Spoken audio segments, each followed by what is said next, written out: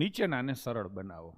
આજકાલની પરીક્ષામાં દાખલાઓ કેલ્ક્યુલેશનવાળા નથી હોતા, કન્સેપ્ટ બેઝ ક્વેશ્ચન હોય છે. તમે આનો ગુણાકાર કરો તો ગુણાકાર 1, 2, 3, 4 ને 5 વખત પાંચડા છે. 5 વખત પાંચડાનો ગુણાકાર કરો ને એટલે 31, 25 થાય. મને કેમ ખબર પડી? તો કે ચારેય જવાબમાં 31, 25 આપેલા છે. અહીંયા પેપર સેટર તમારું પોઈન્ટના હિસાબોનું ગાણિતિક જ્ઞાન ચેક કરવા માંગે છે.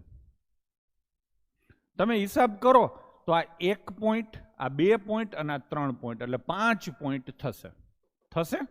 એમાં આ 2 0 છે એટલે 2 પોઈન્ટ માઇનસ થશે. તો જવાબમાં કેટલા પોઈન્ટ આવશે? સોરી, 1, 2, 3, 5 નહીં, આ 6 પોઈન્ટ છે. 1, 2 ને 3 એટલે 6 પોઈન્ટ છે. એમાંથી 0ના કારણે 2 પોઈન્ટ માઇનસ થાય તો કેટલા પોઈન્ટ જવાબમાં આવે?